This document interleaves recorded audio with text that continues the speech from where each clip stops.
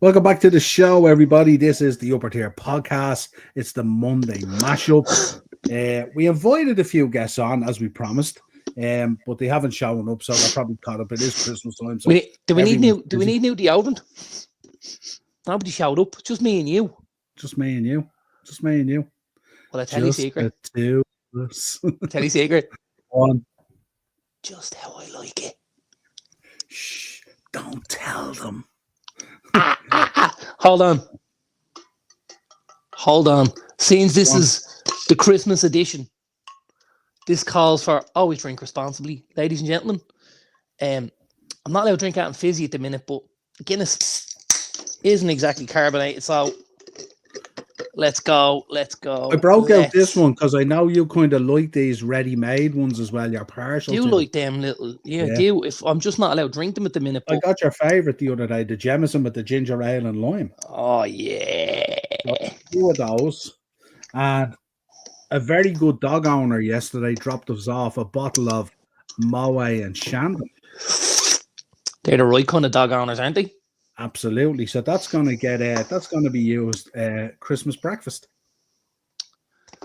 Hold on, now.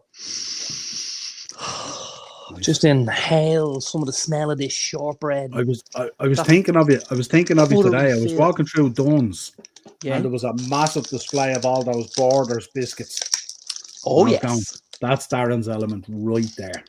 Do you know what I got? There we go. Do you know what I got? Somebody really nice again. Somebody that plays tennis got me a 1 kilo box of Marks and Spencer's shortbread biscuits. Do you know what the trick is this Christmas? I got not to tell anyone. No. Yeah, true. I got the Bailey's Belgian chocolate, and I got the vanilla milkshake with white chocolate out of Marks and Spencer's. Nice. Apparently, both of them are beautiful. I seen it on TikTok, so it inspired me. Anyway, folks, and do you mix them? Yeah, what you do is you put the Baileys in with the ice, and then you put the cap on it. So it's kind of like your Guinness there. So there's a little white head on it, which is the vanilla milkshake with the white chocolate. Wait, you see this? I'm going to finish the other half of Santa's head, and then I'm going to show you this point. This looks delicious, and then I'm going to attempt to split the G. So we'll see what happens. Do you reckon going forward in December we should just talk about Christmas food every week instead of football? Mm-hmm. Just give our tips and tricks. Maybe that's the way to go, is it? It'll work if me football team keep doing this shit. Absolutely. Jesus Christ.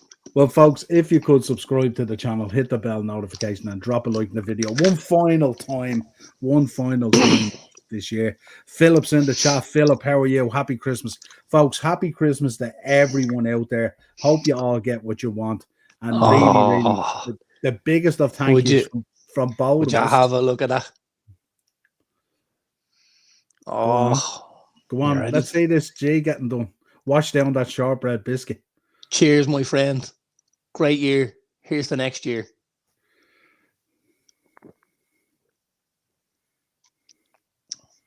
Now, you're only supposed to split the J at the top, not at the bottom. Do you know what the problem is? Go on. It's one of them Nordy cans. What does that mean? There's a little less than there's usually in it. So it wasn't full to the brim, let's say. You're just below. Yeah, it looked like it had a big head on it. Just below, yeah. Oh, I have to tell you now. Yeah. Oh, it's beautiful. Well, anyway, to everyone this year who subscribed, who watched our shows, who contributed, comments, all that kind of stuff. Happy Christmas to all of you, and have a pleasant New Year as well. And we, of course, we ain't going nowhere. I hope the big fat man with the red sack comes and empties his load all over the bottom of your tree, lads. I really do. Lovely. Doug's in. Big up, Doug. How are you, pal? I seen your video today. Hope you're doing well. Doug's been a little bit under the weather the last few weeks and stuff like that. Look forward to you coming back, pal. Hope you're feeling better, Doug. Hope you're feeling better, pal. Doug, we will 100% collab in 2025. Whenever you need me, pal, or whenever you want to come on, you just let me know, pal. You're welcome anytime. And big congratulations as well Doug's young lad the other day went out and got his first pair of shoes, which is always a cool moment. Cool. Now, we have a question to ask. Yeah. You know what the question is going to be, weren't you? Go on. Were they Clarks? No. They have to be Clarks. Definitely not Clarks. It's the law. But you know what we do with that is really cool. When they're finished with those, they go get bronzed and up onto the wall. Get them really, dipped. Really cool. I know a really good framer. There you go. Captain Caramel is in. Baz, how are we? Happy Christmas to you, Baz. Oi, Captain. Baz, just to let you know, some of your stuff arrived today. Just to give you a heads up. Today. Alex is in as well. What's up, Dazzler? Alex Memory, how are you?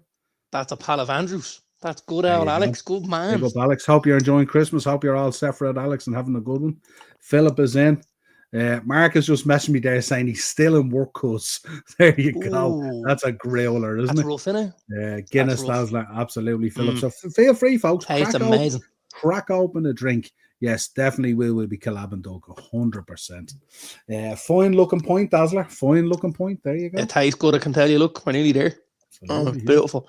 Could be a few on the cards tonight. The only problem is how am I going to get my wife to bring me more? The kids are both in bed. I don't know how she'd love a text to say, any chance of a couple more cans? Just roll them in the door, like. Roll them in the door. I'll excuse you for 30 seconds if you have to go over and get them. It's all good. Oh, funny.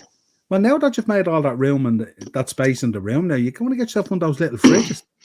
Telling you, place looks terrific. It does. Terrific. Carpets on view, units on view. Everything. I see. Kip on the carpet's not here now. It's on your rug though. We have white wooden floors. They're real tasty, you know. But a kip on the yellow navy mat now. Lovely little throw over the top of you. Oh yeah. Any stories to tell us about the rug? No stories to tell about the rug. Now listen, I'm too big of a buckle to be playing around on rugs on the floor now. Come on, cheers, slot you. Yeah, there's no messing on rugs anymore. I think probably when I was 21 or 22, there was probably a bit of crack with rugs, but not any fucking more. Now I'd need someone to help me up off the bleeding rug. Question for Doug: are you happy to see the back of 24 as a Man United fan? I sure am, Doug. Yeah, absolutely, pal. It's been a rough year. Obviously the FA Cup was it was great to get a trophy in the cabinet. Just ask Spurs, but it's really tough year. It's been a really tough year. I have to say, it's been a really tough couple of years. I'm, how can I put it? Optimistic about 2025. I'm optimistic. Yeah, I am. I kind of think we've probably hit rock bottom, if I'm honest. And when you've hit rock bottom, as our friend Yaz used to say, the only way is up, baby. There we go. Because that's how I'm feeling about it. I think that last year I spoke about Chelsea quite a bit, and I spoke about how last year I felt Chelsea had the bones of something if they got the right manager in with a couple of additions. I kind of feel the same a bit about United at the minute. I'm looking at certain pieces of the puzzle. I'm going, yes, no, yes, no. So I think we're starting to see the bones of what we're going to have. And I think when he gets the type of players in to play the system that he wants to play, we'll see huge benefits. Because I have to be honest, I have a lot of faith in Ruben Amorim. I really do. Do you know, I asked the question today on Twitter, and people were talking about Ruben Amorim and like how brutally honest he is and stuff like that and all, you know? Yeah. When he talks about the squad and about players. And I was thinking, Rangnick said this. There's no difference than what Rangnick said. It seems now, because Amorim is saying it, it's carrying more weight because he's been the guy who was chosen by, let's say, the new ownership group. He's been chosen. All of a sudden, the lads are going, well, we've had this information before, but this is the guy who we feel is going to take us to the next level. And he's also beating that drum of, 2 or 3 of these lads just aren't ready for it. Couple of them think they're, I suppose the only difference is during Rangnick's time was kind of Woodward's time, wasn't it, as well? at that stage, wasn't it? So yes, absolutely. That's correct. Yeah. And I mean, there's still quite a bit of dead wood that's left. There's quite a bit of dead wood that's left since Ranić has gone. There is a couple of more pieces of dead wood now that Doug brings it up. Another piece of dead wood. Well, see, what we're going to do is I am going to ask you. I had a question lined up for you tonight because we'll go down through the results at the weekend and we look through the Christmas festival period and all, right? Yeah. But we're not going to go into that usual detail, obviously. So we'll talk around it, you know. Yeah, it's our last show and we're having a drink and we're having a bit of cracking. And I've one shortbread left in this one. Now, don't worry, I have more boxes. We'll be all right. Don't worry. You've another tray. That's only the tray. This was just a little single pack, just a little single one, you know. They're only a nice. Yeah, now I have to tell you, as good as those Marks and Spencer's ones might be, Walkers are the OGs, aren't they? They are for shortbread. Walkers are the OGs. Look at the shortbread festive shapes. Look at that. Oh my God, you got a few stars, a couple of bells, Santa Claus, and a Christmas tree. The second one of each. The only thing is the second one on the picture there looks a bit dodgy, doesn't it? I'm not gonna lie, I threw three of them in my mouth quicker than you could say fucking kilt.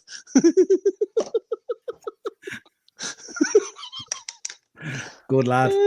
That's what I want to hear. Good lad. Well, chomp down on them, huh? Absolutely. But the question I was going to ask you was, I was going to say to you, if you project yourself two summer windows, so 4 transfer windows, 2 summer windows. And I'm not going to ask you now, I'll ask you to think about it and then we'll come back to it. I can tell you now. Well, no, we'll keep it on the boil. We'll keep it on the boil because I want you to think about this. I wanted you to tell me within the next 4 windows from who's there currently, who will still be on the pitch. Who will still be in your starting 11 for what we perceive as the starting 11. Have a think about it. We don't have to do it straight away. Very good man management. Really good, Doug.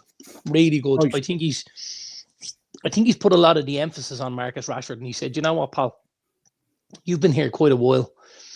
I'm only in the door, but you've had a number of chances, and there seems to be slip-ups quite a lot. There seems to be a lot of slip-ups backstage with Marcus where, you know, even Monday of last week, I'm sick, I'm not well, I can't come to training. Like, if you think back to the days, and I know I do understand it's a completely different time, and players are very different than they have been in the past. But if you think a guy is, you know, let's mention a guy I'm not a fan of, actually. Let's think of a Roy Keane. Do you think if Alex Ferguson had called Roy Keane out on a Sunday or left him out of a squad, he'd have not shown up for work on a Monday because he wasn't feeling well? He'd have slept at Carrington on the Sunday night to be first one there Monday morning, and he'd have ran double the length that anyone else ran. But that's because of the mentality the guy had. Whereas Rashford, he doesn't have that mentality. You know, he just doesn't. He's not. So if you think of the last time Alex binned off Roy Keane, he was in at 9 o'clock the next morning doing interviews on MUTV. You know? Couldn't wait to get in there and help out. You know what I mean? Just saying. What a man, Roy Keane. What a man. Very good. Very good. Right, let's talk about the results at the weekend. We don't need to get down line for line or anything like, but obviously the big mistake out there. Villa. We did pick the Villa result, didn't we? We did. We actually both said Villa and both to score. And I tell you, and that scoreline flattered Man City, in fairness. Villa were very good. Yeah. Very good. Nottingham Forest cost me money. I had a 6-team accumulator, 3 Premier League teams, 3 Championship teams, and I got 5 out of 6. And the only team to let me down were Brentford. Do you know? I think that's the only match that I went against you on Thursday. Was the Brentford one? That's right. Yeah. You did. Yeah. Newcastle wiping out Ipswich. As expected. Yeah, as expected. Arsenal, that's a huge result for Arsenal. 5-1, yeah. Away from home. Good. Palace were poor. They were poor, but Arsenal were good as well. They took their chances quite well. We did mention Everton might be able to soften Chelsea up a little bit. It was not going to be easy. Yeah. Couldn't believe Fulham dropped points after, what they'd done. That was upsetting. Wolves with a great win. Bournemouth with a great win. And then the NBA on Sunday evening at the London Stadium. Did you listen? Did you listen to Slot's interview afterwards? No. He says we were brilliant for the whole game, bar that 15 to 20 minutes where we just didn't fancy running anymore. Which is basically their goals. Yeah. I thought it was hilarious. He's was funny in a dry kind of way. He sends a subliminal message to them. Oh, lads, don't be getting too used to doing that kind of malarkey. Absolutely. I mean? And listen, here's the thing. I actually think 6-3 did flatter Spurs a little bit. Oh, absolutely. 100%. If you'd have put 10 past them on Sunday, I don't think they could have given out. Like Fraser Forster made a couple of decent saves, although he did gift a couple as well, as was. There's an argument he could have been their man of the match, and he dropped 6. Possibly, yeah. So it was difficult. Yeah, you hear Spurs fans talking about Fraser Forster.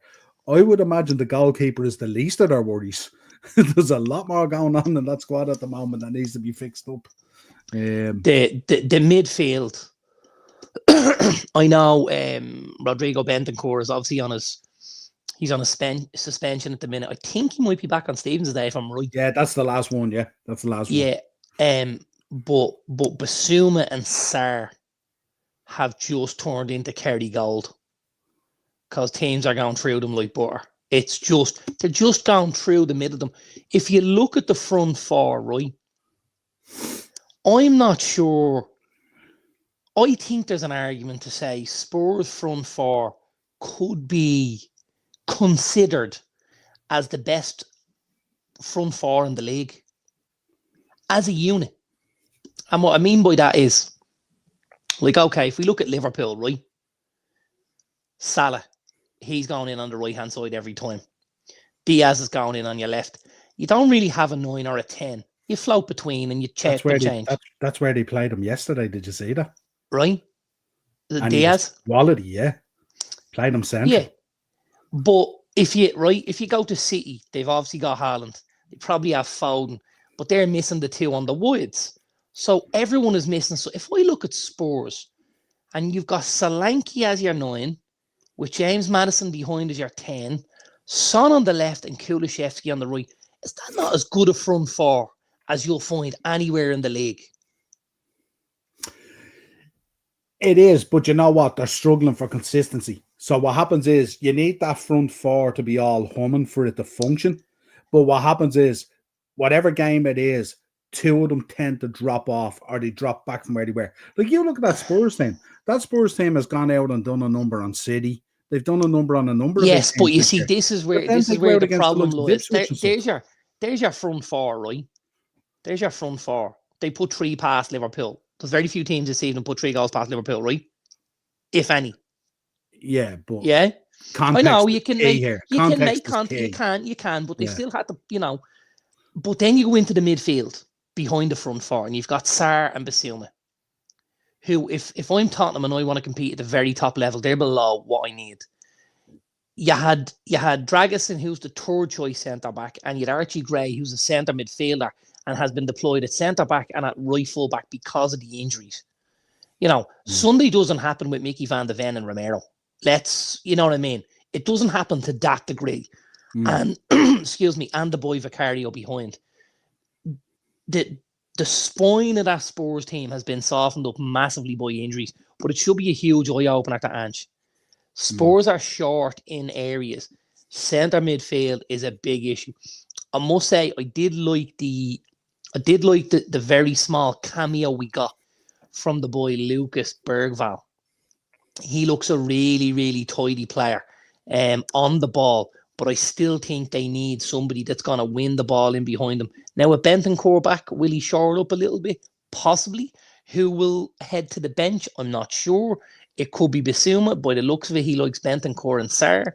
But again, I think they were just so open. Like, didn't that remind you of playing against us over the last 2 or 3 years, where through the middle of that pitch you could just it was like the Red Sea parting, and that's very difficult for even even as a front four where you're looking at, Jesus, these guys are good and they can interchange and they can take free kicks, corners, take touches, they score headers, they can do everything. The front four at sports, really can. But when you've got what's behind, it's very difficult to mount a serious kind of a challenge. And any of the games that they have beaten City, beaten us, had good results like that, look at what they've had. They've had Romero, they've had Van de Ven, and they've made it very solid through the middle of the park like that. And Sunday was not like that. Yeah, absolutely. Doug is in. City have been so poor, but I was on BBC Radio 4 and I mentioned City's recruitment. It has been so poor. Alvarez gone to Atletico with no replacement, and Savio and Doku are not Premier League proven either. Myself and Darren spoke most of the summer about Alvarez leaving and how they weren't. I mentioned they weren't going to replace them, weren't going to spend the money replacing them, and you said, sure, they have to, and they didn't. So they're paying the price on that. To go in, listen, I know obviously they have the boy Oscar Bob. He's injured at the minute. But I mean, if you talk about City going in without backup to Haaland, it's crazy. They don't have a backup 9, which is absolutely bonkers for a team and a club as well established as Man City, as far down the road as Man City, for them to be looking at Haaland and going, you're all we have, and anything else below that is going to be a false 9, and we're going to have difficulties going here, and it's so tough. It really is. And I mean, the key thing we've always spoken about, if he's not scoring goals, what does he give you? The goals thing is huge, because we know, the last day, same again, Aston Villa, he plays no goals. Nothing. You're getting nothing. You may as well be playing with a Cristiano Ronaldo, with the work rates that poor. I think you only get away with the luxury of an Erling Haaland when you dominate everywhere else in the park. Where when you're playing with an Erling Haaland and you're not dominating everywhere in the park, you're playing with 10 men, and it makes life so difficult. Yeah, absolutely. What did you make of Grealish? Obviously, 100 million transfer and stuff like that. He's been. We know they've won a treble, and we know they've won 4 in a row, and all that kind of good stuff and all. But he's kind of been a bit part player in a lot of that. 100 million sitting on the bench. Is there a case for deploying him in that kind of freer Aston Villa role to be a bit more creative, to try and create stuff for Haaland?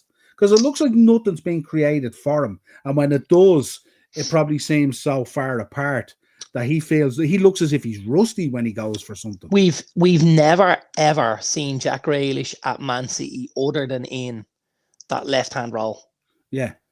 And that does stifle him a little bit, because if we remember him at Aston Villa, he was right at Rovers. Free kicks, corners, penalties, throw-ins, goal kicks. He's gone, boy, lads, he's winning tackles. He could do everything. But I think what's happened, Jack Grealish, is because he's had less of the ball, he's gotten used to having less of the ball. And then when you have less of the ball, you've left opportunities to be brave with the ball. Because if the ball goes down the left-hand side and Grealish gets it, and he gets up against the right full-back, and he looks and he goes, can't go by him, I'll just shuffle it back and sit in the pack. I think if you deployed him in the number 10, you could possibly get a much better version of Jack Grealish.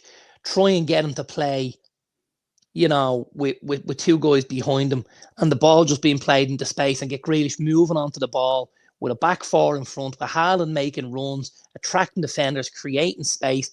Now, again, your issue is, if you do that, where does Phil Foden play?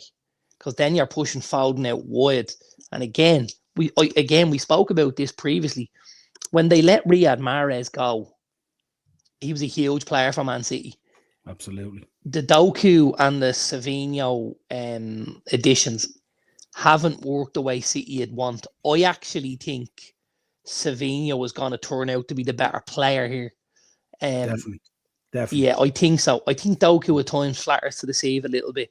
There's not enough substance there for me. He was very, very poor in the day against us. And I just thought, you know what, give him the ball, let him have it. He's not a threat. And if you're part of a front four, you know, if we played Liverpool next week, at no stage would I say, give it a Salah, he can't hurt us. Give it a Diaz, he can't hurt us. Give it a Gakpo, give it a Jota, he can't hurt us. I couldn't say that. I could say that about portions of the City front four based on how static things were. Do you know what I mean? And it's how like stagnant and stale. They seem to be playing with a level of fear. You spoke a minute ago there about being brave and trying stuff, which is what they were so renowned for when they were at their kind of peak. They could pull off lots of unbelievable stuff out of the box kind of thing. Now they don't do that. Now it's always check back, check around, recycle. It's like they're playing with such a fear that if they do something different, that our friend's going to come off the bench and absolutely berate them. And it's And I think at the minute it's quite the opposite. I think he would love to see something free flowing. You know, I think he would love to. You know, I suppose he's probably a victim of his own success, Pep, where, you know, you become this trophy-winning monster, because that's what he became. And this is a huge brick wall for him. And we've never, ever seen him have to go through this at Barcelona, at Bayern, or at City. This is a huge test for Pep Guardiola. And can he get the guys singing from the hymn sheet again? And can he get that? Now, listen, I know there's a lot of things. They've had injuries at centre-back. They've had Rodri missing. They've had guys out here and they've guys out there. Lots of teams have had players missing, but have been able to keep the ball rolling. City have fallen off an absolute cliff in the last 2 to 3 months, which none of us would have foreseen. Obviously, the injury to Rodri was a huge issue for them. But now it almost looks like the Rodri injury is in all their heads, because they're looking at a team sheet and they're going, that guy isn't there. The sixth name down on the board, because you got your keeper in your back four, the sixth name should say Rodri. And because it doesn't, there's an awful lot of trepidation there. And they don't have the freedom to express themselves because they're fearful and they're worried about what's happening. And it's very, you know, I'm not a Manchester City fan, but it's hard to watch. I nearly looked at it the other day, and I know they're professional players and stuff like that. I looked at it the other day. I was listening to LB's watch along as well. Big shout out to LB, you know. And he felt that they were nearly down in tools, that these players aren't even trying now. They're not even putting in the shift. And I was kind of thinking aloud then about that. I was thinking, has someone heard something about the court case or the charges? Is there something coming down the pan here that it kind of, they're out of the title picture probably, so does it really matter? Is there a points deduction coming here and transfer bans? It certainly looks like there's more going on behind the scenes than we know about, you know? What would you see them doing come January? Do you see them going into the window spending a couple of $100 million and fixing this up, or what do you think? In January? No chance. No chance. I actually think they may go through January and sign nobody. Because of everything that's hanging? Not necessarily because of everything that's hanging, but I just don't see it. I think he's looking at it and he's like, I think his stubbornness in the end is what's costing City at times, because there isn't an option B or an option C. No. We have to do it this way. Why? Why do you have to do it that way? Do you know? But option A at the moment is disastrous. Listen, it's not working. It's absolutely not working. And again, I think teasing something out where, like, here's me and you, two lads, two football fans, right? We're not UEFA coaches. We're not licensed pros. We're not any of that, right? If we, in our heads, can come up with 2 or 3 alternatives to what's going on at the minute, why isn't Pep Guardiola? Or is he coming up with them and he's just not brave enough to go and try it? Because, like, if he hasn't thought once of using Jack Grealish as a 10, I'll be shocked. I'll actually, do you know what? I'd want my money back if he hasn't thought about playing Grealish as a 10. I really would. You have to really, like, when you look at what's happening there, you have to really, like, it's root and branch.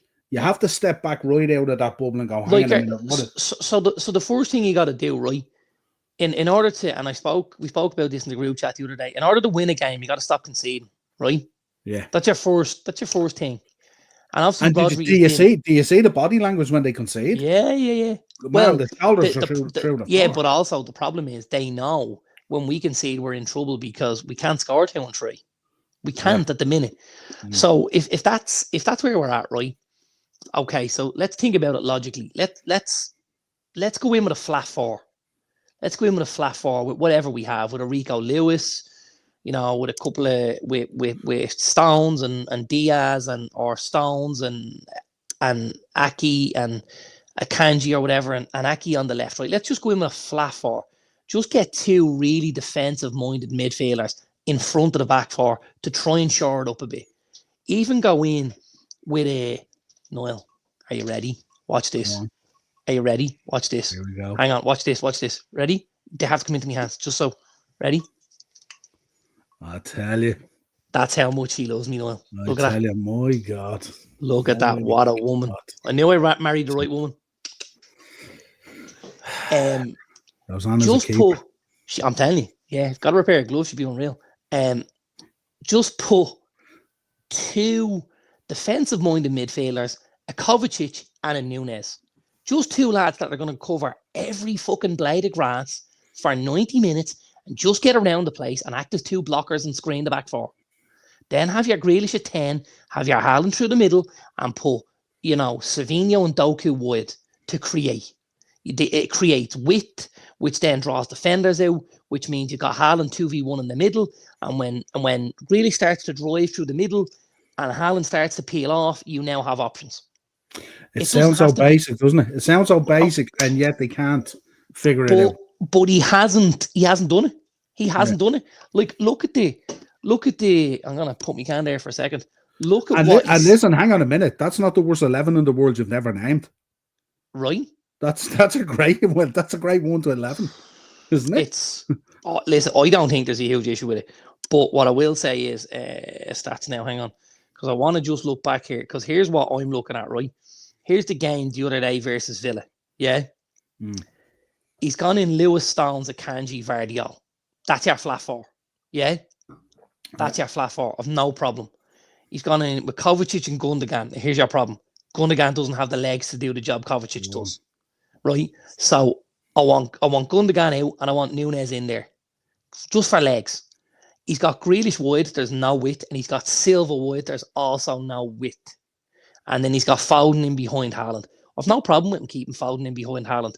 Play the 2 wide boys and shore up the middle of the pitch and stop letting guys go through the middle of you. That's a huge problem. Huge problem. He brought on Doku, and Savinho late in the game. And after bringing them on, they scored the goal and ever so slightly got back into the game. But too late in the day. Like, even against us, it's a similar sort of a story. Like, the starting lineup from the day against us was the same. He's gone with a 3 at the back. Lads, there's no way you can play a 3 at the back when Jeremy Doku and Mateus Nunes are your fullbacks or your wingbacks. That's not working. Wide open. And you've got Gundogan and Silva, 2 fabulous footballers. Neither of them are combative in the midfield. And after the game, one of the things I came to with was Manuel Ugarte and how well he did that day. But he did well because of his opposition, not because he did a tremendous game. And then you're trying to shoehorn in a De Bruyne and a Foden to create all this work. I have a huge issue when you've 2 guys behind creating for 1 lad up front. That's very difficult. Isn't it better to have 1 behind and 2 up front? So when the guy that gets the ball and picks it up at 10 has options. Yeah. If the two boys in at the 10s both get the ball, they're still looking for the 9 who's ahead of them. And there's only 1 9. So what's the opposite 10 do? He makes an angle, he tries to drop off. It's tough. Yeah, but he's there. That extra man in there is never in that position to drag a defence at one way or another. Never. He's probably coming from much deeper. And also, it's Kevin De Bruyne. So it's not like he's going to be running past guys either. Because as good a footballer he is, and he's one of the absolute best to put on a jersey in that league. We're all huge fans. I'm certainly a massive Kevin De Bruyne fan. He doesn't have speed at all. Yeah, There's no speed. the injuries and the mileage have caught up on him. It reminds me of when Fabinho and Henderson hit a wall, and it was The injuries have been massive for him. Absolutely massive. Yeah. It's really tough. A super footballer. Oh yeah, on this day, incredible. But like as you said, everyone gets eventually to their day and finds their level. And that's the real problem there. I think it's a weird one. Acers in City will bounce back against Toffees on Boxing Day. I would not assume that at all. Everton have been a very tough opponent for City over a number of years. Everton have been a very tough opponent for everybody recently because of how good they are. And I had this argument obviously in the group chat the other day. Everton have had 5 clean sheets in the last 6 games and have been superb. And Sean Dyche, we might not like him. We might not love watching the kind of football he plays.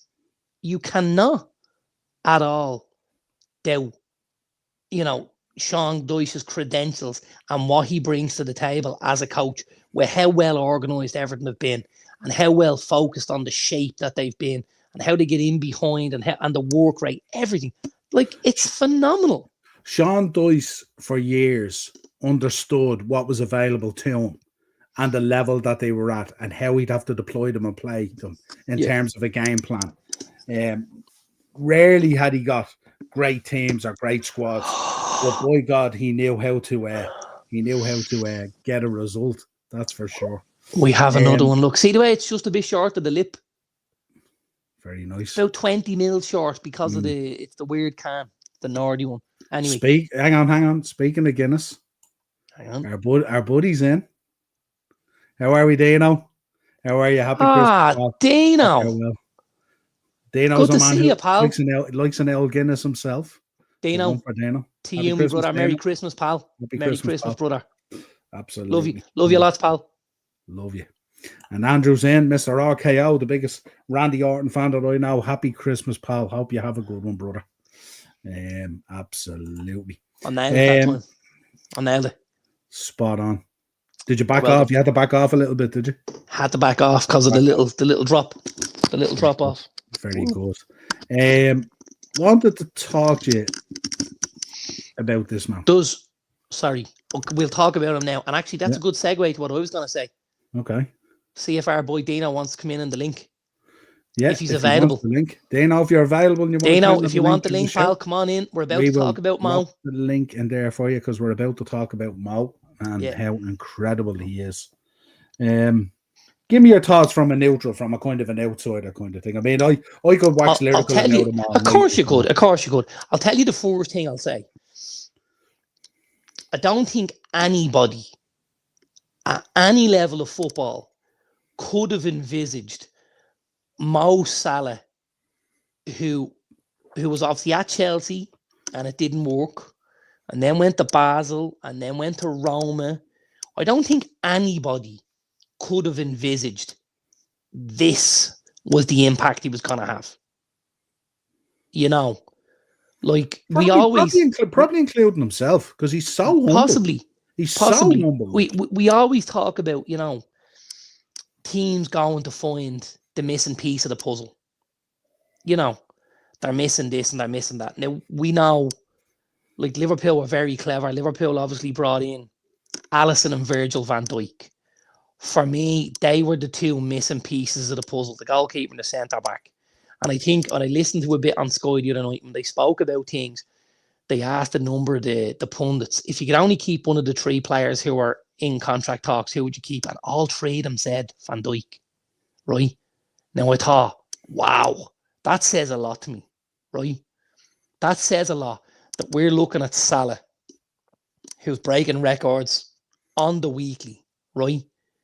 And we're looking at these numbers and all of this stuff that he's doing. And he's not even the click in the puzzle. I just thought that was amazing. I really did. I couldn't believe it. Because I got to be honest, as good as Virgil van Dijk is, and I think he's phenomenal. I'm a huge Virgil van Dijk fan. How Mohamed Salah isn't the one of those three you keep is beyond me. It's beyond me. Like, it really is. I think to replace Salah is more difficult than to replace Van Dijk. Do you really? Yeah. I do. And the only reason I say it is, I think obviously in the last couple of years, Van Dijk hasn't really had a partner. He's dovetailed. He's played a little bit with Gomez. He's played with Kwanzaa. He's played with Konate. He's played with Matip. The constant has been Van Dijk, right? So I'm thinking, okay, could I possibly get in two centre-backs to do the job of Van Dijk? Possibly. But I don't know any other player in world football that can get in to do his job. I don't know any other player. I really don't. Yeah, it's I really don't. The problem that we have, the stupidity at the higher level in the club of letting these contracts arrive this way. And this is what Les Ferdinand brought up the other day, because Les has been director of football at QPR, and he said, to be honest, for somebody to allow these three lads into the last 18 months of their contract, let alone 6 months, 18 months of their contracts, he said it's dropped the ball massively. Massively. You know? I wonder tomorrow could we get an Christmas present announcement, you know? I think you're right, Dane. I think you're right, pal. I think he's irreplaceable. Absolutely. Yeah. I think, if Van Dijk goes, you get in two centre-backs. You're not going to have a Van Dijk, but you could still shore up the defence, using two centre-backs. But I just don't think, looking at his numbers, looking at the impact he has on games, looking at his level of consistency, looking at his injury record, I just don't think you could let him go. And I think if Liverpool don't manage to sign him up, it's such a big dropping of the ball. It really is. It'll probably be the biggest drop in the ball in the history of the club. It'll be of a lot of clubs. But certainly of Liverpool. But spot on. I know. We were the butt of the jokes at for a while. Obviously, we let go of Paul Pogba on a free, bought him back for 90 million, let him go on another free. We dropped the ball there massively in the first instance. To have to go and pay 90 million for a guy you had at your club for 3 or 4 years is nuts. It's nuts, right? Yeah. But for me, this is a trumpet. Because never did we see Pogba anywhere near this level. And his level of consistency is just off the charts. It's insane, isn't it? It's insane.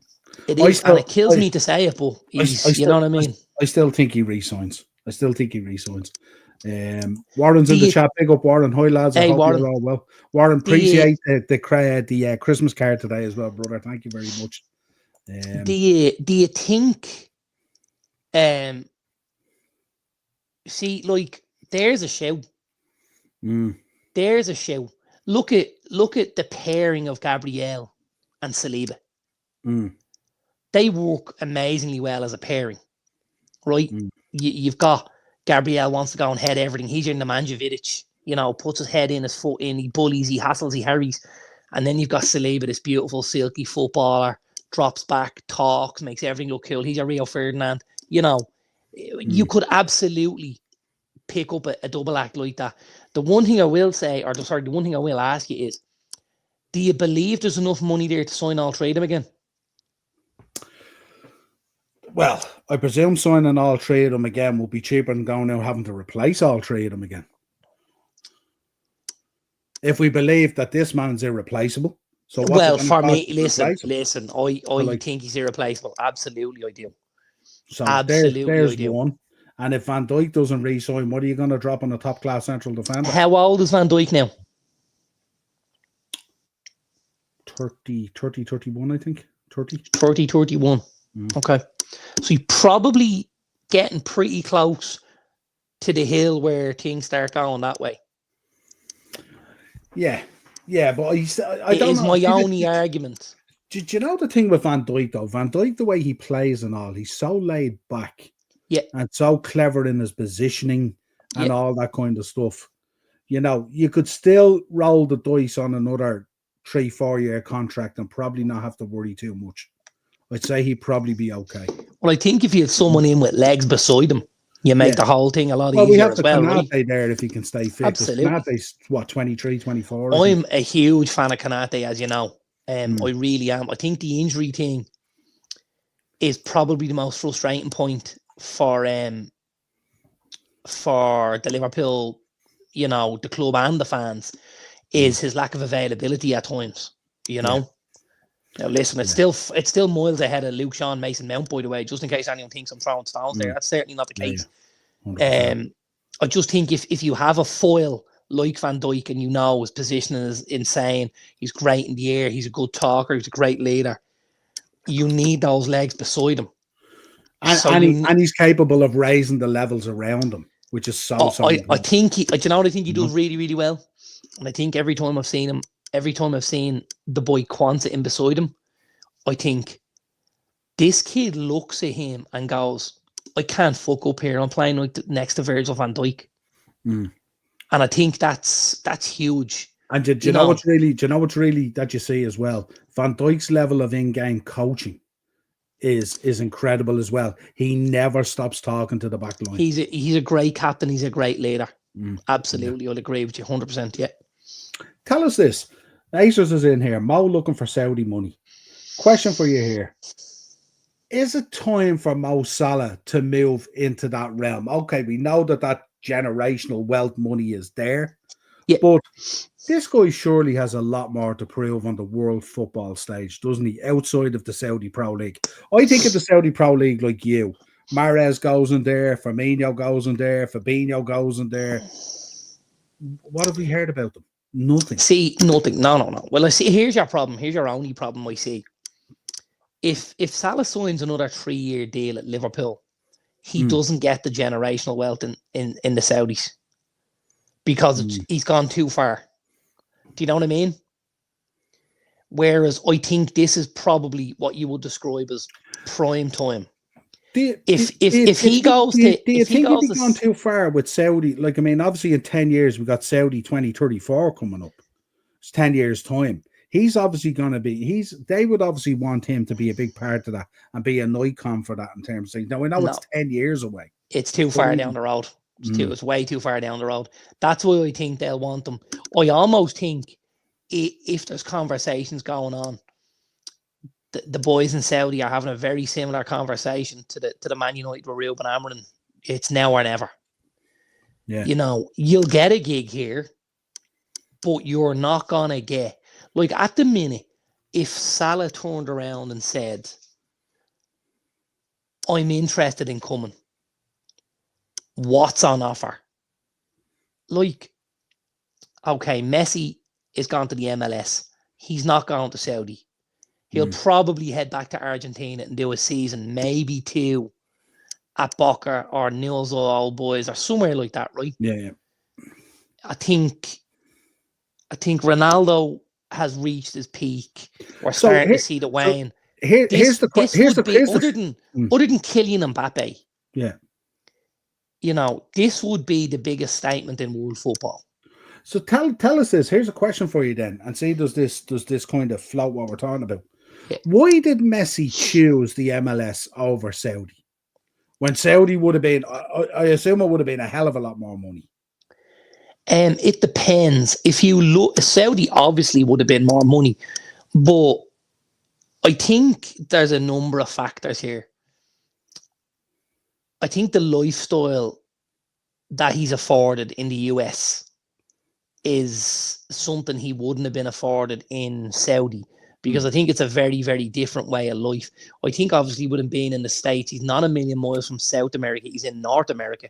Plus, he's also able to travel freely around America because, don't forget, at the minute, Messi, while he's not making wedge on the pitch or what he could have made, he is starting to push into off the pitch. We've had quite recently the deal with Stanley, the maker of the cups. Yeah. He's got a new range with them.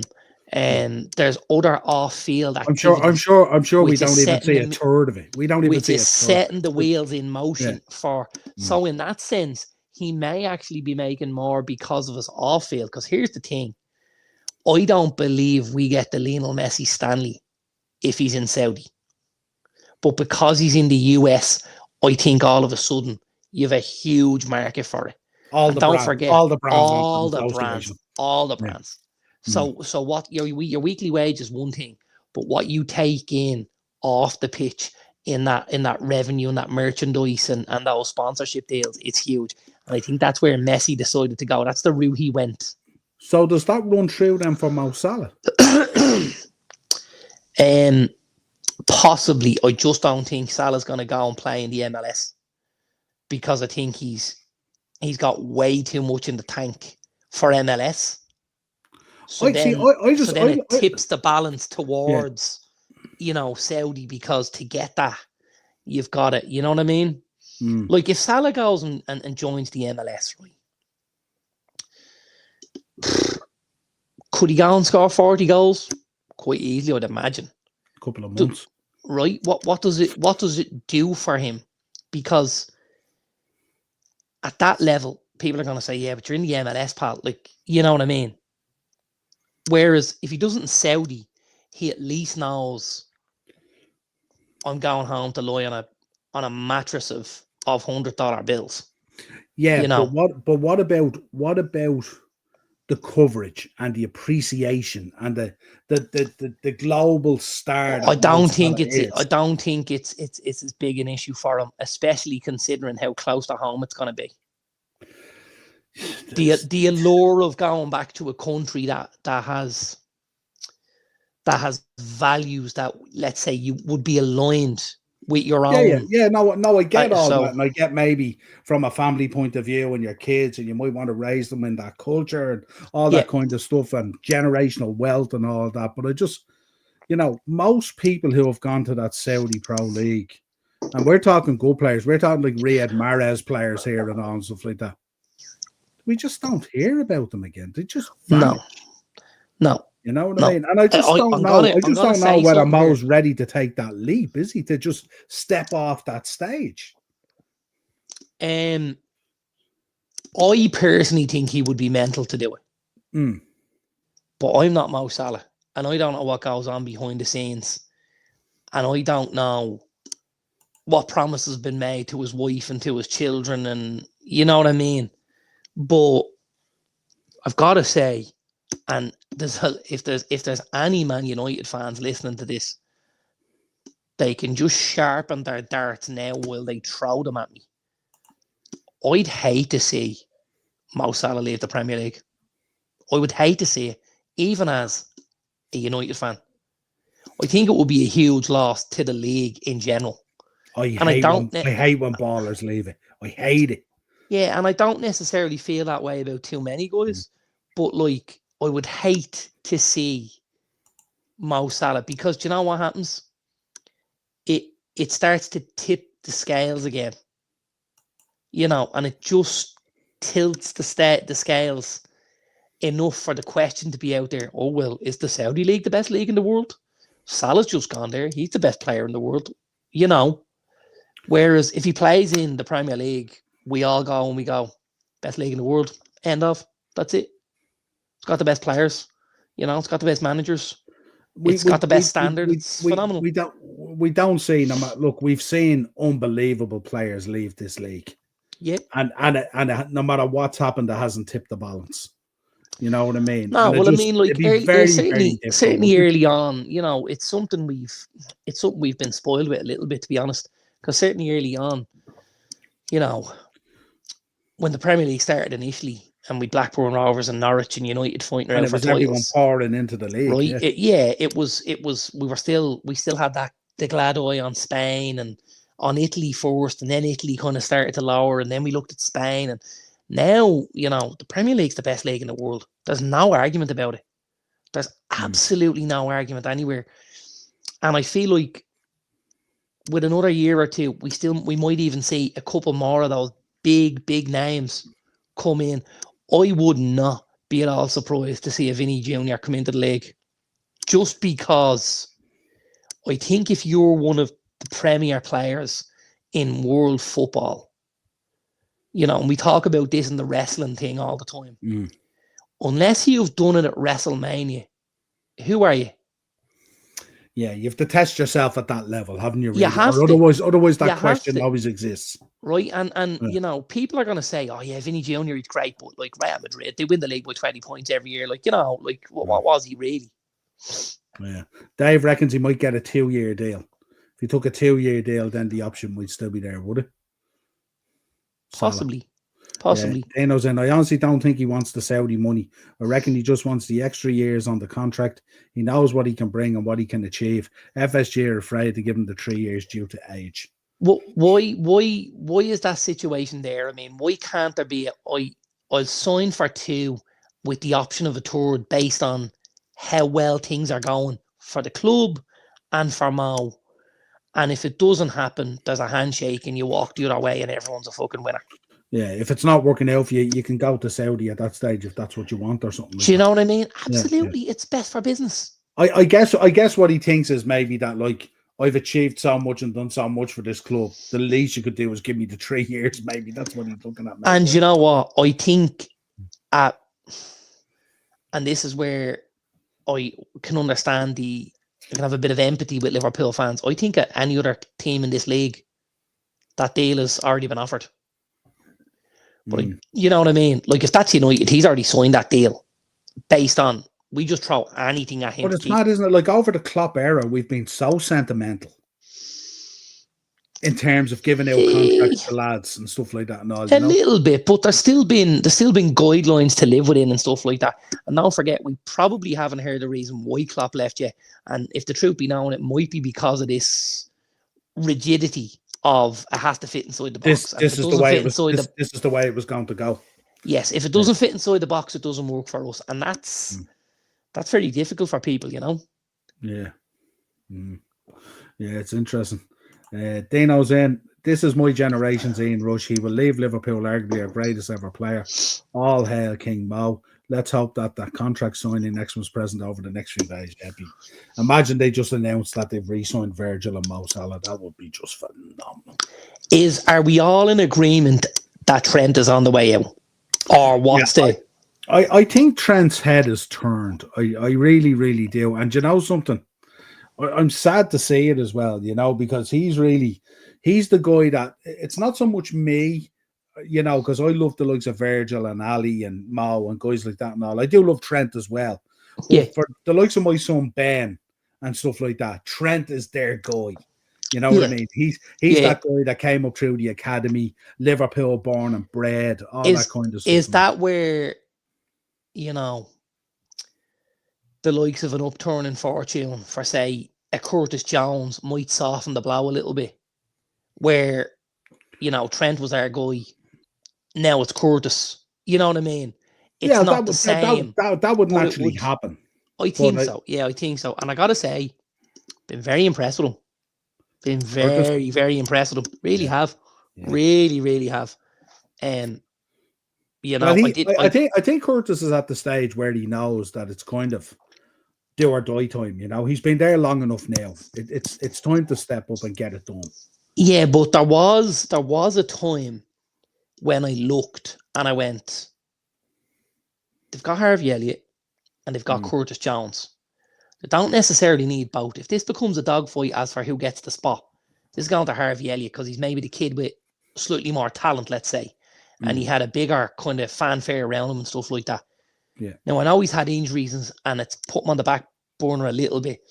But I have to say, Jones has been very good, man.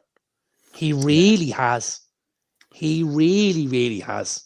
Harvey's been unlucky as well with some of the injuries he picked. He had 100%. And that's obviously, you know, stopped him finding that rhythm and flow. That you would want the games and stuff like that to try and find your feet. Yeah. But I have to say, I looked at, and Szoboszlai had a great game the other day. Really, really good game. 3 assists and a goal. But at the start of the game, when I saw the team sheet, I saw Gravenberch in the 6, and the 2 8s were McAllister and Szoboszlai, so to speak. And I went, Jesus, where's Jones? You know, my head, I was like, geez, I think I'd want Jones there, you know. Really, really, really good footballer, the boy Jones. I do like him a lot. I've said it a few times. Harvey's one of those kids. He's like a street baller, isn't he? When he picks up the ball, there's a level of excitement comes over you as a Liverpool fan when you're watching him. You're thinking, okay, what's he going to do here? And he's so unpredictable and stuff like that.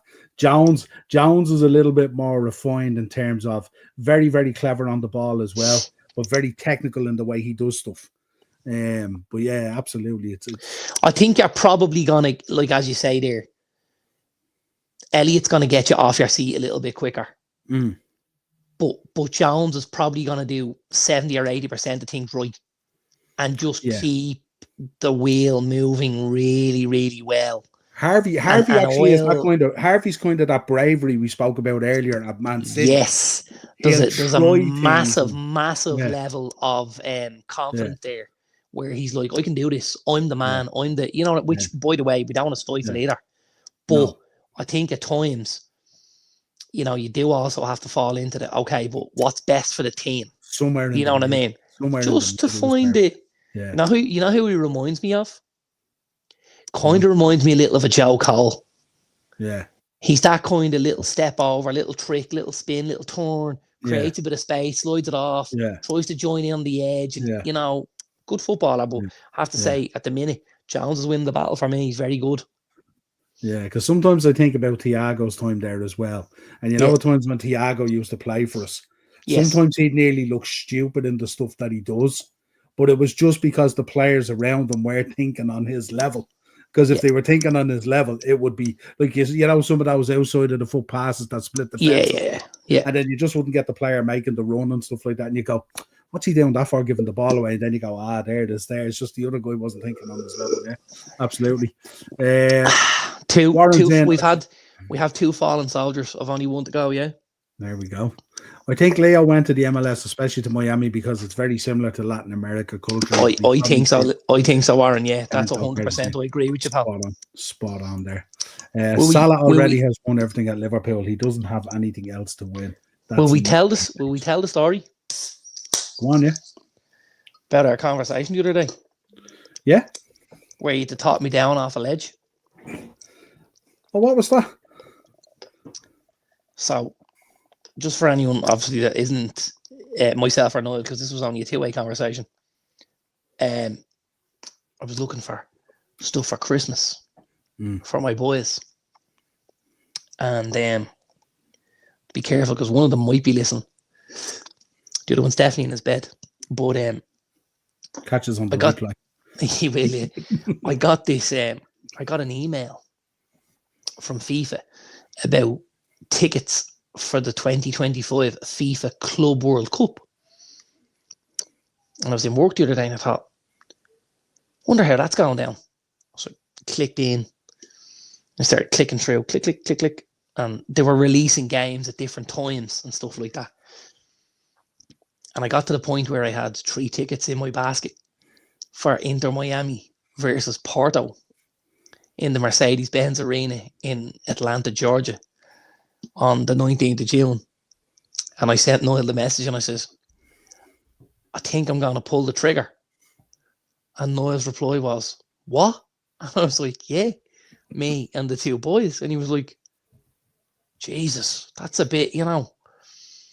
And then I says, well, it's the Messi factor in it. And then with a little one of them in the back of the head, it was like, yeah, but what happens if Messi's injured or he's suspended or he doesn't play the game?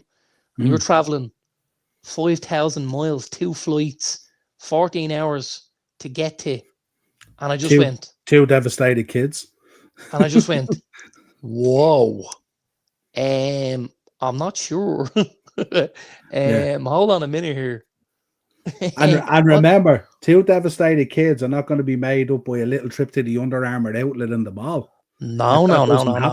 And so I had this conversation with Andrew, you know. And I says, I was thinking it, and he said, are you all right? Now this was one of them, he was one of the lads going. He says, are you all right? That's mental. And I said, what do you mean? And he says, why would you do that? And I says, I just thought it'd be killing me, you, bro, you know. Blah, blah, blah. I says, Messi. And he goes straight, he says, what happens if he doesn't play? And I went, I don't know. And he went, cop on, will you? I was like, all right, so there's the dream dashed, isn't it? Yeah.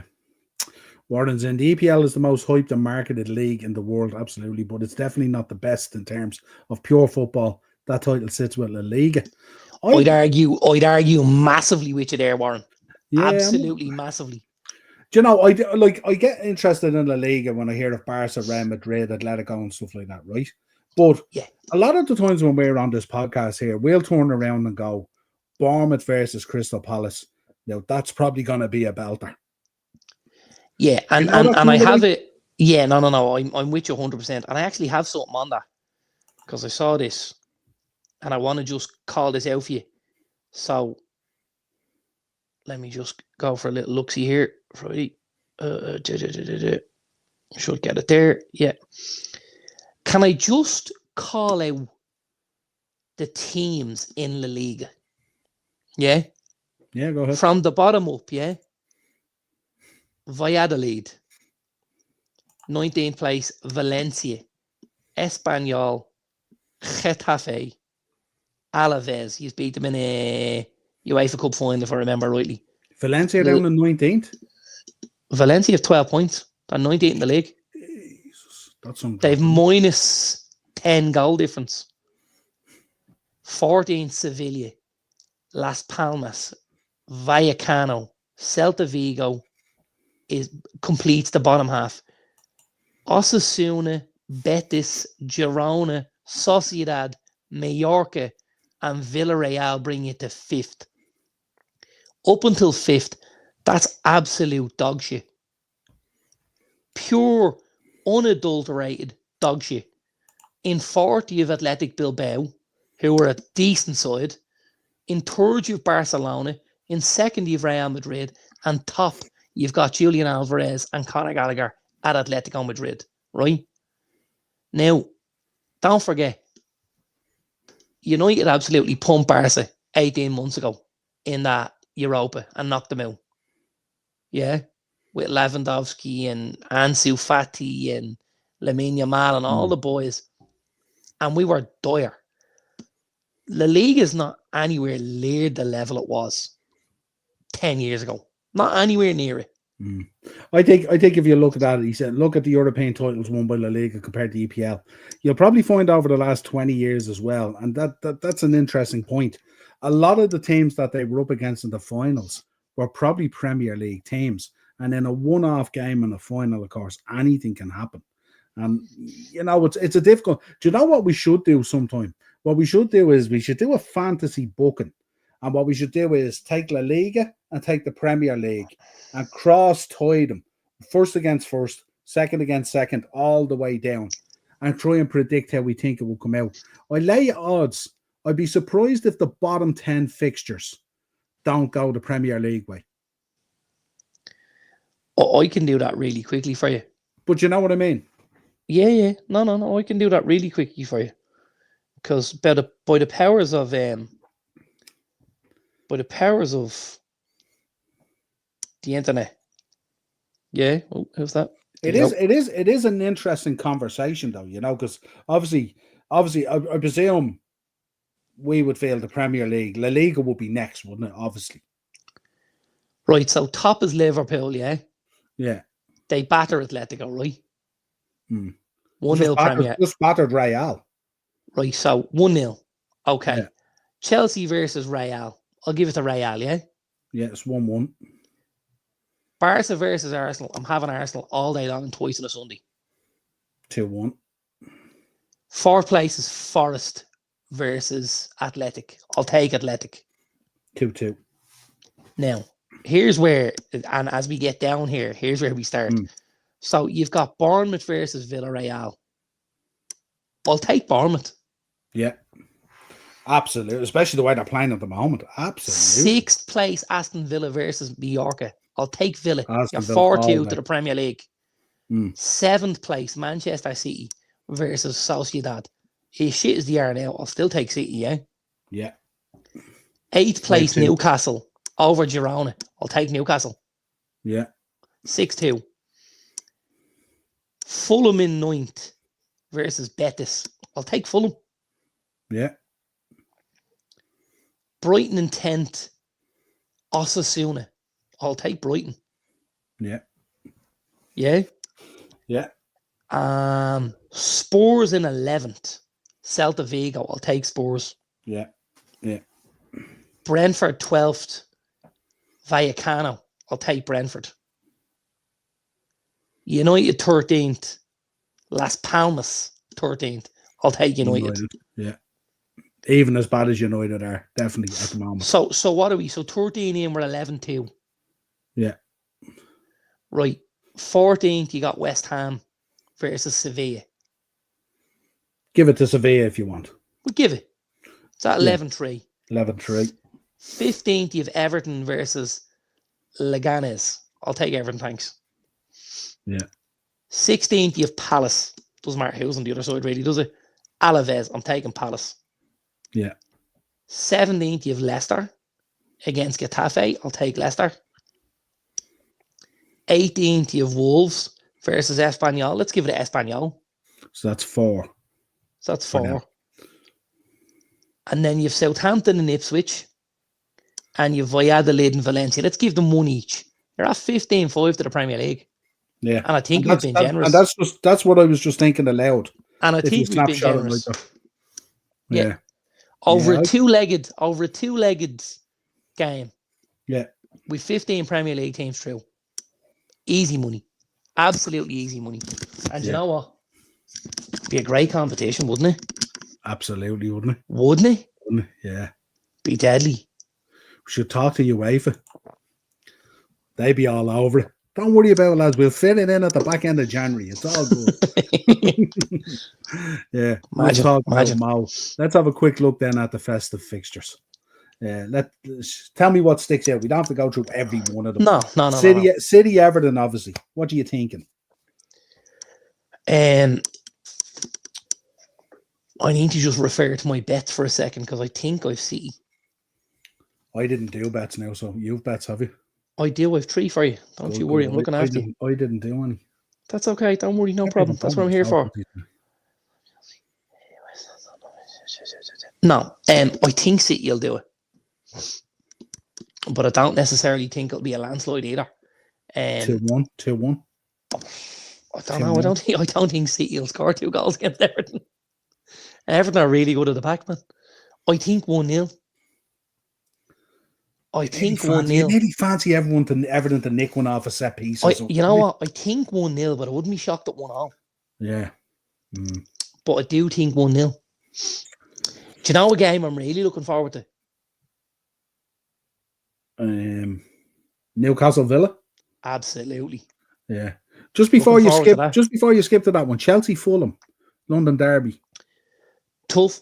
Certainly another tough day at the office for Chelsea, but I do expect them to take chances. And I do think they'll get over the line. I think being at home just gives you a little Fulham buffer. at times being that Jekyll and Hyde, you know. Listen, Fulham been very good. Fulham been very good, yeah. And to be honest with you, do you know what I think kind of killed Fulham a little bit the other day? And this kind of has to hang on Marco Silva because we big him up and he does things right. He made quite a number of changes with it being Southampton.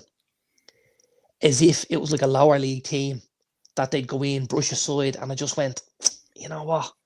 I don't love that. Why not get 3-0 up and then get lads on when you've got the result in the bag? Hey, Ryan, how are you, pal? Happy Christmas, pal. Merry Christmas, Ryan. Merry Christmas, pal, yeah? Says he has the bell on, but you guys will never get the notifications. It's weird, isn't it? YouTube again, Addy. They stripped us of subs before as well, Ryan. Don't worry about it, pal. We're glad to have you.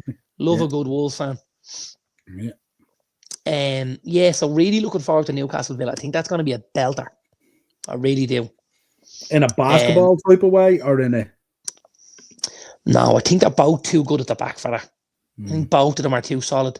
Now, listen, I think there'll be a couple of goals, but I think someone will sneak it 2-1. I don't think there's more than 3. I'll be shocked. Hard to pick who, though, isn't it? Yeah, absolutely. Toss the coin for me. Yeah. Toss the coin. Forest Spurs. tough day at the office for Spurs again. Did I? Pronouns. West Ham. Yeah, I've done Spurs. So I've actually got a couple of interesting bets for us later. So I have done Spurs. I think Spurs will just get over the line. That's a big shout at Forest at the moment, isn't it? I do, yeah. No, that's a big shout. Yeah, I do. And then obviously on match week 16, then I think it's the battle of the battle of United. It's Newcastle versus Manchester. And I gotta be honest, I'm not looking forward to it. That is 110% the game we could lose, which is very worrying. That's gonna be match week 19 nearly, I think. It is match week 19, you're right. 19, yeah. Not 60, yeah, I was thinking that. Just before we scale onto that, away to Wolves on Stephen's Day. Tough day at the office again. Obviously, Wolves with a great victory today, scoring goals and had a clean sheet as well. So, tough day. We know we've never been amazing at Molineux, ever. It's always something we just fall over the edge of, or especially sneak a win. Traveling after Christmas on the Stevens Day, yeah. If we got out 2-1, I'd be very happy. 3 points there for me would be huge. Isn't it? It's always one of those grounds. Get in, get your 3 points, and get out. Just go home. Just take them on the bus and go back with it, and just have it done. Yeah. I think so as well, Kate. Darren was saying earlier that he thinks City. He said he wouldn't be surprised if City didn't even sign anyone in January. So it'll be interesting to see. I think they. I think you're right, Keith. I think they absolutely find it difficult to get top 4 on the current form. 100%, pal. The way things are going at the moment, if current form continues, they may find it hard to get top 4, even if they do strengthen. Yeah. Big up, Daz. Happy Christmas to you, pal. Good to see you in there. Newcastle United will destroy United's defence. You know what? Could happen. Look at the boy Alexander Isak. Jacob Murphy is very confident at the minute. Anthony Gordon. I don't think it'll be an easy day at the office at all. They're good at the back. Hall and Livramento, 2 very, very good fullbacks and stuff like that. I think it's going to be a tough day. I really do. Yeah, Ryan said he can't believe he got a clean sheet, 3-0 win. Do you know what? And I don't know whether Ryan might comment on this. Do you know one of the things? Yeah, I saw that, Ryan. Because I actually have him in fantasy football. I'm a massive Matthias Cunha fan. What's it over? What's the ban? I didn't see it. It's over the end of the game against Ipswich, I think it was, where he went over and grabbed one of the boys by the neck. And they're looking into it. So actually, he's not in the betting for cards, but he also hasn't been removed from fantasy yet. So there's a grey area, so to speak. But Ryan might comment on this for us. I think something that helped us massively the other day, Ryan, was one Jose Sa being back in goal. Sam Johnston has had a really, really tough time of late at Molineux and for Wolves. But I think Sa coming into the back there just steadied the ship a little bit, slightly older head. Something West Ham have done with Lucas Fabianski recently, which was bring him back into the fold. Ahead of Alphonse Areola. He's talking about the glasses getting ripped off a guy. Is that the one where he reached over and grabbed him face on? That's right. Yeah. That's right. Yeah. That was at the end of the Ipswich game. The game they lost 2-1. Tough. Yeah. Interesting. What else do I want to look at? I think Arsenal Ipswich will be okay, won't it? Should be. City then away to Leicester. Although the only thing I will say is Arsenal. What's going on here? The only thing I will say is, yeah, I think so, Ryan. I was a big Jose Sa fan over the last couple of years. He was actually a guy I was more than happy to see coming towards Old Trafford as probably a number 2, but a guy that I would have been very, very happy to see. And I think you spent about 11 million on the boy Johnston, and since he's come in, he's really struggled. Now, he was very good at Palace and he was superb at West Brom. But sometimes something just doesn't fit. And at the minute, it looks like Johnston at Wolves is a real tough fit. Yeah. Saad would have been that perfect replacement, that blend in for David De Gea, wouldn't he? Very similar.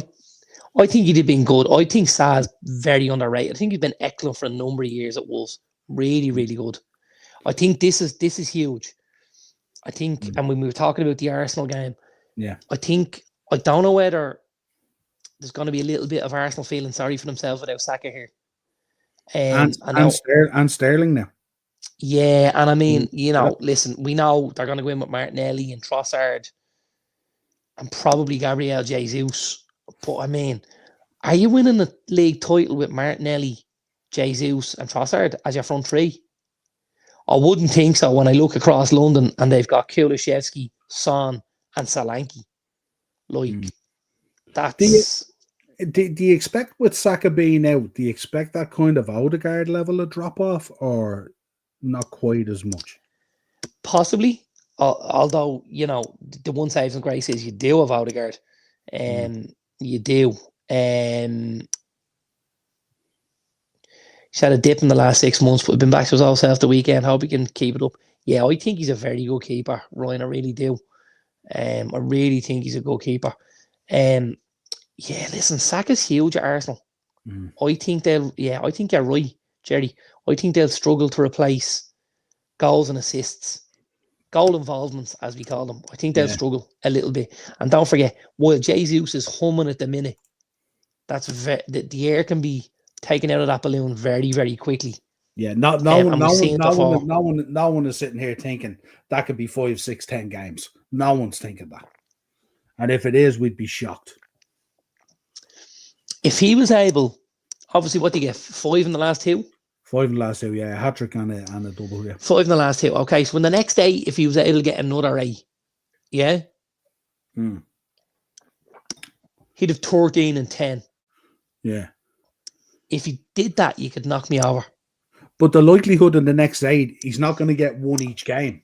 He's going to get maybe a 2. He might get a hat-trick. This is what I'm saying. He might get a 2 and a blank and a 2 and a blank and a 2. Yeah. But I still think if he scored 8 in the next 8, it'd be massive for Arsenal. But I don't think he has it in him. No, it doesn't. The one thing I'll always say about when I look at a striker, right? Excuse me.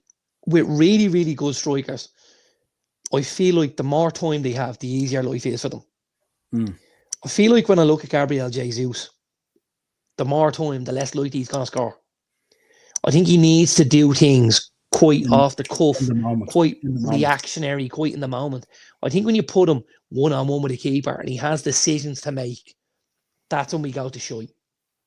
Yeah. And that's where, if that was Erling Haaland and you put him one-on-one in front of the keeper there and you go A, B, C, D, I think more often than not, that's when Haaland stands out because he picks the right option so often. Yeah. Or he has the technique that guides him through it, basically, even if he's slightly off. Yeah. Jesus to me always comes across. He never comes across to me to be a central guy either. Do you get that feeling with him with the way he makes the runs and all? I think he wants to be a central striker, but I think I think he'd work really well as part of a 2. But obviously, most teams now play with 3 across the front, where they play with a right winger and a left winger, and then your striker through the middle. But I think if you were playing a straight 4-4-2, I think Jesus behind someone or ahead of someone would be very good, because I think I think it'd work really well. I think it'd work really well as the little man in a little and large kind of a situation. If you had a Haaland and a Jesus, I think it would be phenomenal, because you've got one guy who's going to do the pressing, the work rate, and you've got another guy who gets the finish. I think that's where you massively increase his goal involvement and stuff like that. Yeah. You're nearly thinking out of him about being the assist guy. Well, I just think, he's always going to be that crowd favourite because of the work rate and stuff like that. Yeah. If United can't beat Arsenal in the FA Cup without Saka, Ruben Amorim should just walk. Just walk. Just leave.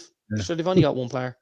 I asked the question before, Niall. Do you start Jota on Thursday or Cody or Nunes?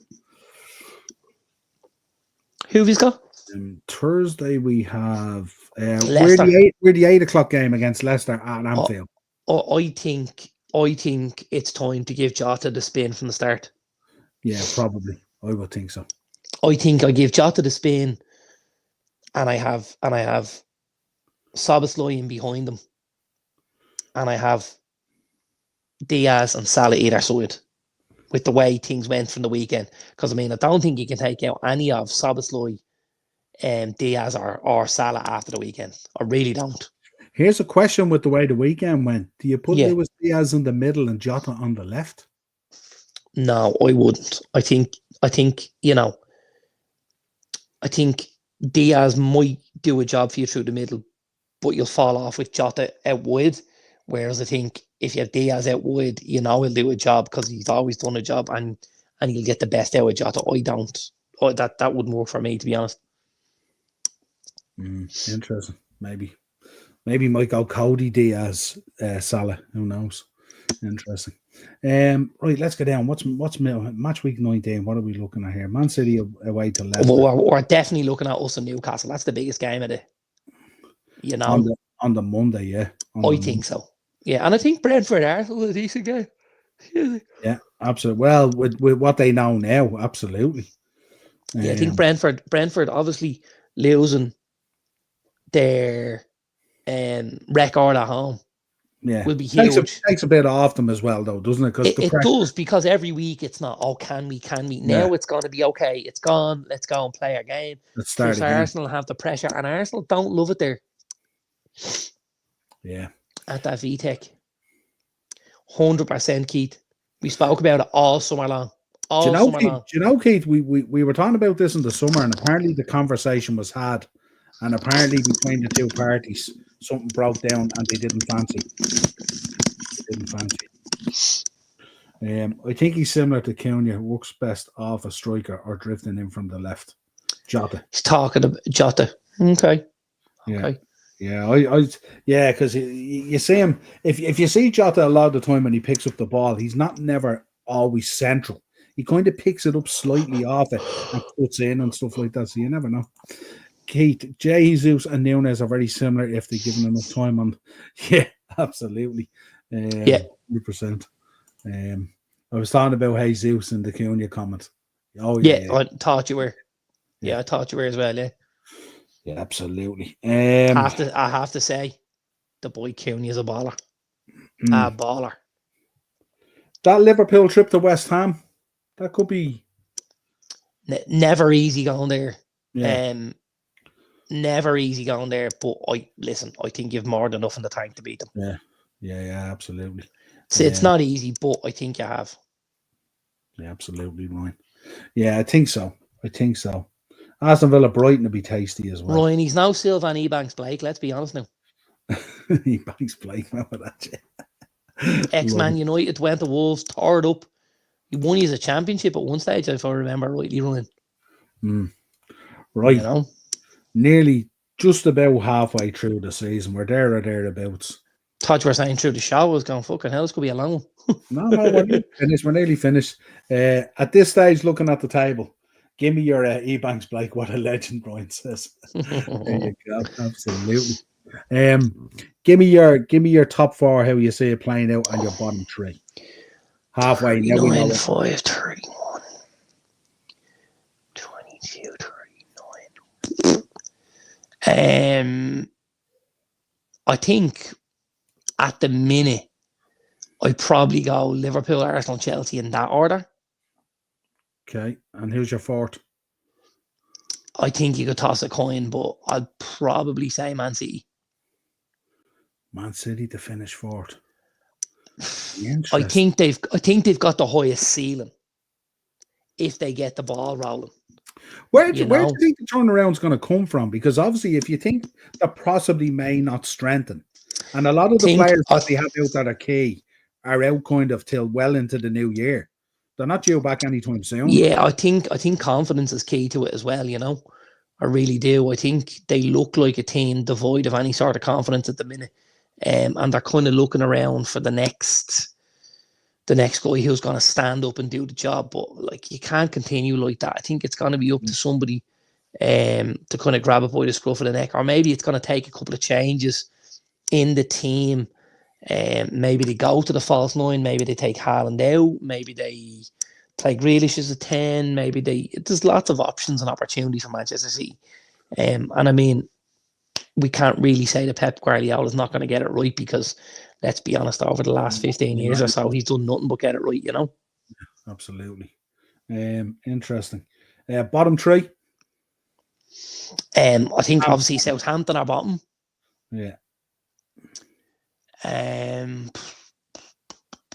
think Leicester finished second bottom. Yeah.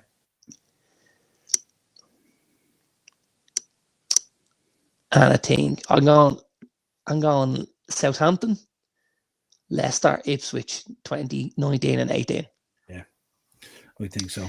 And our boy Ryan gets to stay in the league for another season at least. I've seen City fans wanting Pep sacked. Madness. It's madness in one sense, but in another sense, like, we do talk about this being a results business. If this was any other team and Pep Guardiola, excuse me, didn't have the credit in the bank that he has at Manchester City, he'd have been sacked by now with the results they've had. We've seen managers already this season going for less. I rest my case, Your Honour. Yeah, absolutely. Yeah, it's 100%. It is somewhat madness, but it's kind of like, I don't know. It's a weird one, isn't it? Listen, you know what it brings me back to? It brings me back to a time in my life when a Liverpool fan told me Jurgen Klopp could get us sacked and I wouldn't sack him. Klopp what? Could get us relegated and I wouldn't sack him. And I went, sorry, what? No. A Liverpool fan in my life told me Jurgen Klopp could get us relegated and I wouldn't sack him. And I went, you wouldn't sack him? No. I said, are you sure? Like, relegated? He said, wouldn't sack him. So, do you know something, Ryan? The worst thing that teams at the top end of elite sport can do is talk about credit in the bank. Because it's just yeah, I think it's dangerous. Yeah, very, very. I think it's dangerous. Yeah. I think Ipswich could survive if they win most of their games. They're not going to win most of their games. Or their home games. They're not even winning most of their home games. I read that and I went, Jesus, Keith, you haven't got high hopes here, have you? Home Keith, games, I think Keith's been looking at the 2-0 win against Spurs. They're struggling even at home, let's be honest. Yeah, but they've also got they also won't have to play who they've played every week. Do you know what I mean? Like, if you look at their fixtures at home, right? Yeah, but you know what else is going to happen as well, though? They're not going to do in the January window what other teams will do in the January window that are seasoned in staying in this division. No, I absolutely not. And I completely understand that. But, excuse me, there are going to be winnable games at home. There are going to be. And I think, Keith's right. If they're going to stay in the league, it's going to be key for them, their home form. It's absolutely key. Any team that stays in the league, their home form is key. But for Ipswich... What's their current home form at the moment? By the magic of the internet, Niall, hang on, I'll get you. Along with Guinness and shortbread biscuits. So at the minute,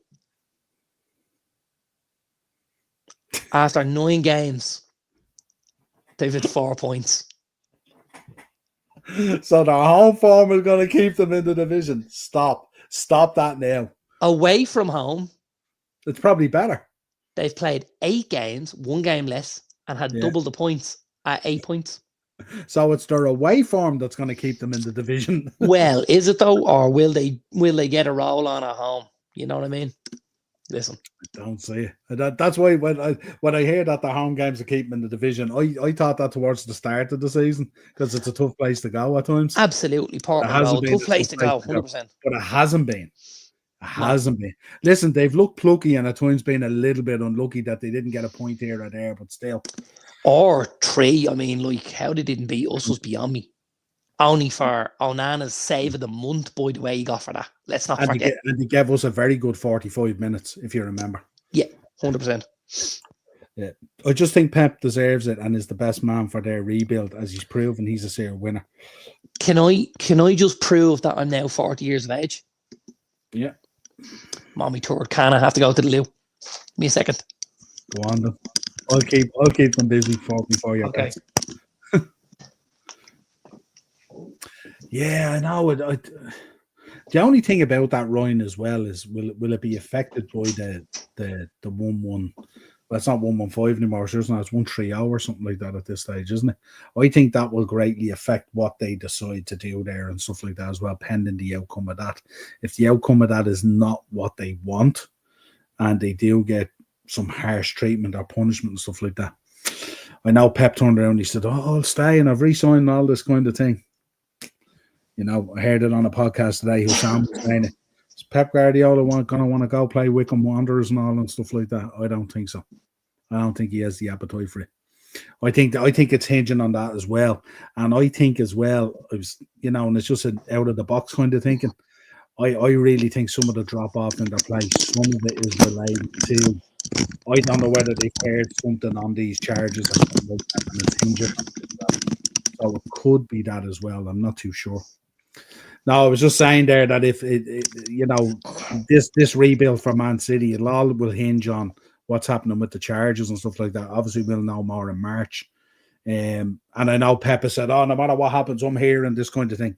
Pep ain't going up against Wycombe Wanderers or someone like that. He's out of that building. That's not going absolutely. So we'll see what happens though. But anyway, let's get on to your bets. Give us your bets. Okay. Let's have a look.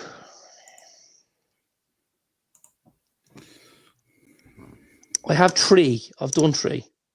Okay. Nice.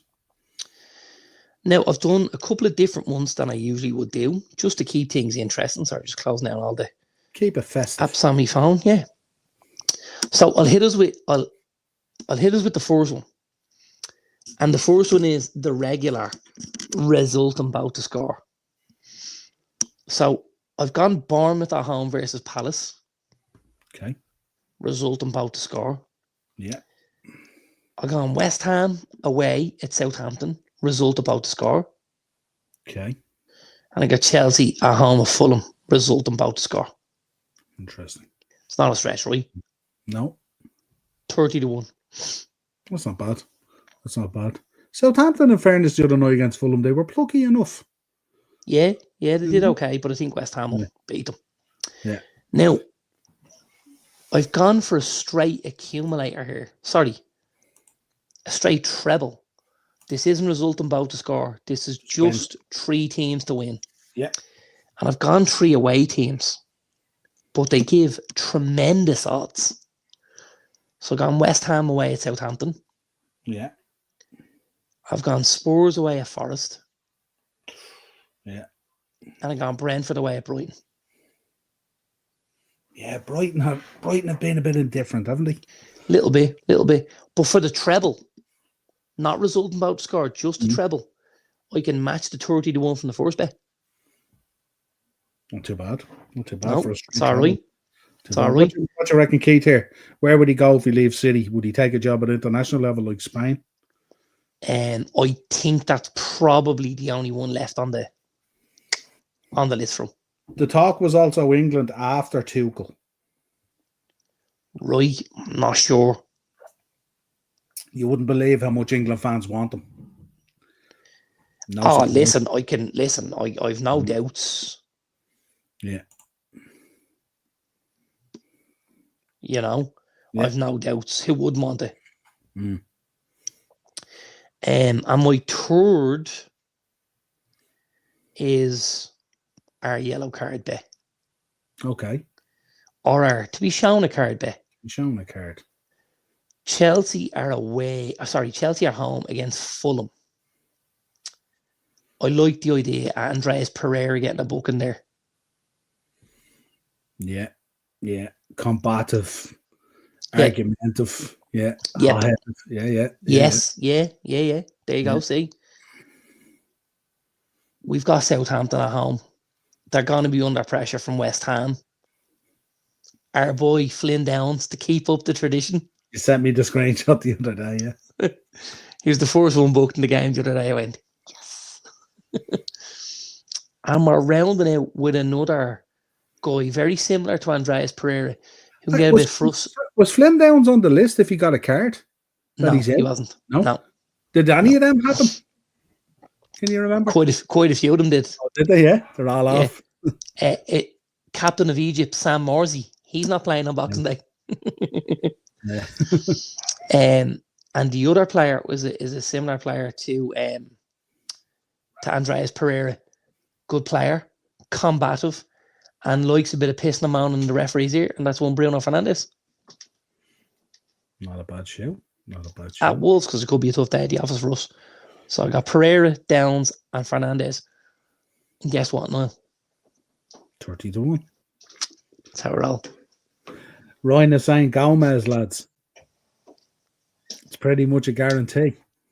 He's talking about Totti. I had him the other day and he didn't get one. No.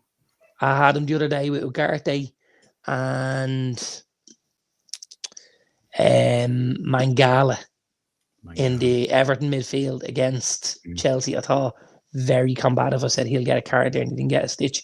Now I think 4 Everton players got booked, but Mangala was not one of them. But I did have Totti Gomez running.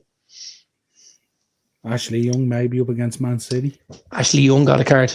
He might not be playing. Oh, okay. He might be one of the two. He might be one of the ones on the list. Joe or Totti Gomez. There's 3 or 4 lads at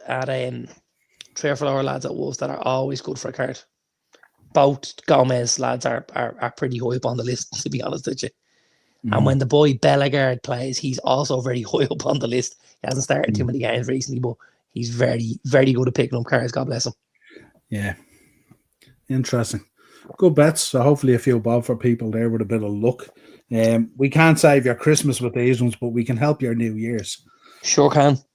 So there we go. Well, listen, as always, my friend, a pleasure. It's been another year. Over now. Absolutely over and out for another year. Semedo as well, Ryan is saying. Sometimes, not always. Doesn't pick up as much as he should. Gets away with a lot. Yeah, Cody needs one more, needs to watch you. Niall, are you going to give him the bad news? What's the bad news? That we're not here for a few weeks now. Yeah, we're not here. We're not probably back until I'll post a few videos from when I'm away and stuff like that, but we're not back here. When you're away, Noel, where are you going? I'm off to Florida, Darren. You're off to Florida? I'm off to Florida, yeah. Jesus, Noel. Florida. People thought I was happy about Christmas. I'm off to Florida. When are you off to Florida, Noel? The 31st of December, New Year's Eve. 31st of December, New Year's Eve off to Florida. For how long, Noel? 11 days. Jesus. It's not easy. It's all that good YouTube money. My wife has just entered the room. She's shaking her head. She's like, some life, that fella. Some life. Tell you now, your own ain't too bad either now. Know what I mean? Not too bad. We get by. Yeah, absolutely. Big up, lads. Have a great Christmas. I'm going to watch the show back when you're finished up. Absolutely, Ryan. Really appreciate it. Make sure, folks, you're dropping the likes as well. The likes are really important. Have a great time, Florida, Noel. I will post a few. He absolutely will, Ryan. Yeah, but we will. We will have a great time. Ryan, as always, Ryan doesn't know the best part of your holidays yet, does he? No. The best part of your holidays for me is all the pictures of the food and the drink I get. Oh my God! I'll have my holiday in Florida vicariously through Niall, with pictures of massive steaks or tubs full of Chinese or beautiful cocktails and. I sent Darren the pictures so he gains the weight and the calories, not me, through the pictures. That's the way I like to do it. One of them mates put a bet on, I put on 60 quid and got every score right in prediction, but he cashed out at the end and he had Salah down for a hat-trick, but he ended up getting a couple of grand from it. Not a problem. Getting a couple of grand to win it. A couple of grand? Jesus. You're winning. Where's the wrestling show, Noel? There won't be a wrestling show that's now for a while. That'll be the 12th. That would be, won't even be the 12th because the 12th, I think, is a Sunday, is it? The 12th of never. So it'll be the 12th, 13th, 14th, probably the 15th will be the next wrestling show. But keep an eye out on the page. They'll be all up there. They'll be all up there. There's a little game going on here now at the minute. Yeah, the wife has entered the room. I have to whisper this. The cleaner was here today and made the beds. But she put on the Christmas duvet, which had something across the bottom of it. Oh, yeah. And you have to roll that bit up then, because I couldn't sleep in a bed with stuff at the end of it. You've seen me in a hotel room. Yeah. That's way too far for me. But she had to take her off the bed, and she just came over and looked. Now, don't forget, I'm after polishing this room now. I was on my hands and my knees yesterday, cleaning skirting boards and all, and hoovering and doing the whole shoot match. She had to come over with this big thing that looks like a parachute. No, it's not a parachute. It's the yoke off the end of the bed. She's going, where'll I put this thing? Where'll I put this really silly thing that I've now put in my bed? And she's had to go, fuck it, I'll just put it on my side. Well, good one, fair play to you. It's not going in the It's not going in my armchair. Get real. Are you? It's going in the armchair. On the throne. No chance. Not there, it's not. It's my dad's chair. Can't put it there. Blue velvet. Look, no, can't do it. Not a chance. Now, the only pass you'd get there, it is blue velvet. Yeah. No. The trowel is blue velvet. Oh, well, there you go. Then you get away with it. It's all good then. That's why she was arguing at the chair. There you go. Women just have to think colours. That's what it was. It's not going on the chair. It's not going on this side of the room. This side's my side. That side's her side. It's not going. Just for everyone else. Ryan says he's going to go watch all the old videos while we're away. Appreciate that, Ryan. Cool, Ryan, man, if you could drop a like on them as well, if you could, Ryan, that'd be great. AEW pay-per-view next weekend. It is, World's End. My World's End will be in Orlando.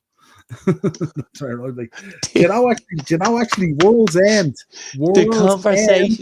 That conversation you had with that poor man today was the best part of my day.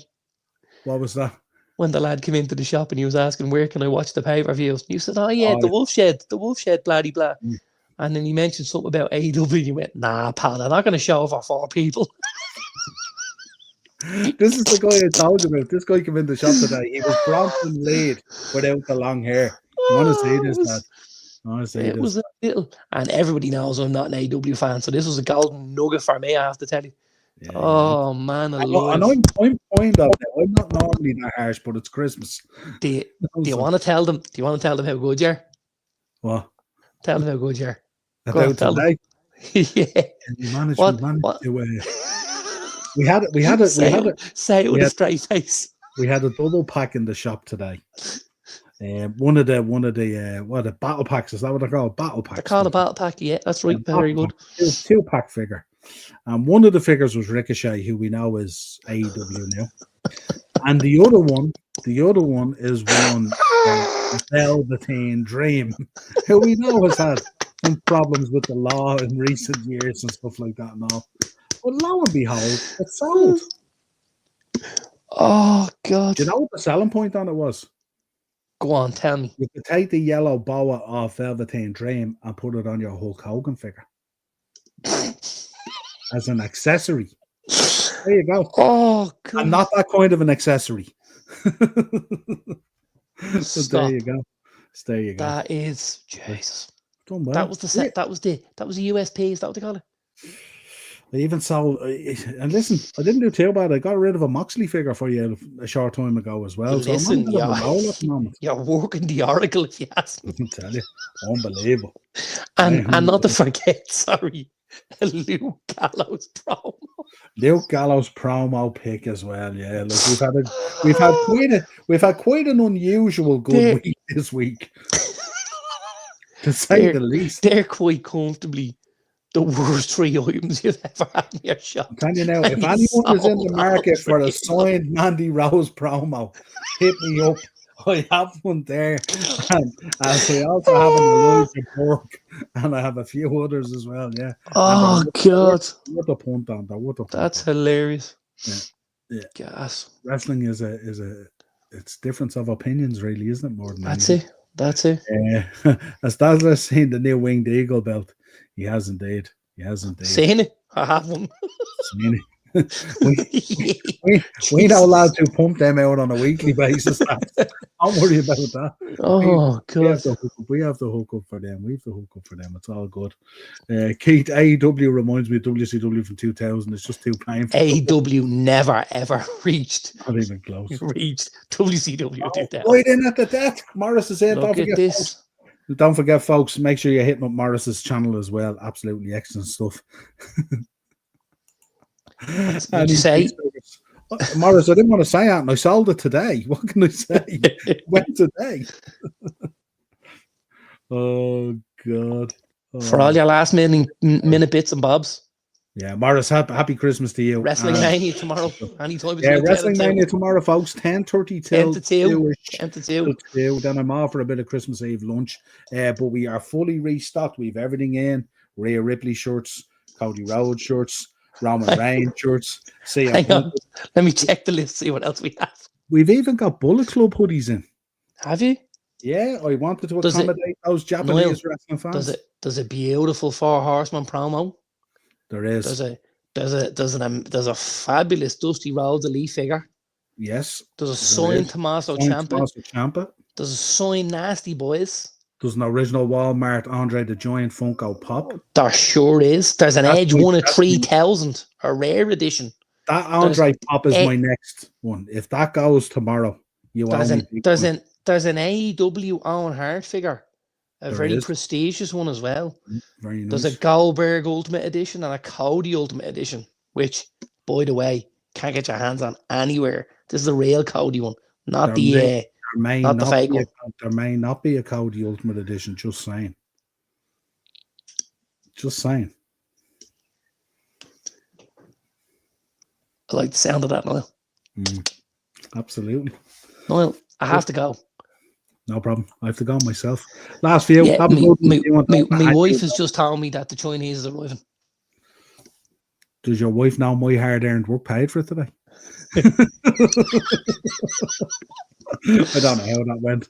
Niall, has Big Bill come into your shop lately looking for a new title from you? The guy I know from working in the airport. He may have. You'd have to send me a picture, Keith, and I'd let you know, because I'm quite visual when it comes to customers as opposed to names. You're not great with names, let's be honest here. I don't need to be. No.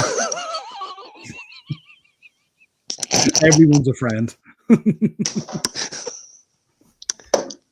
I'm out. Until next time, folks, have a fantastic Christmas and St. Stephen's Day. Liverpool, top of the table, Reds. Let's keep this going.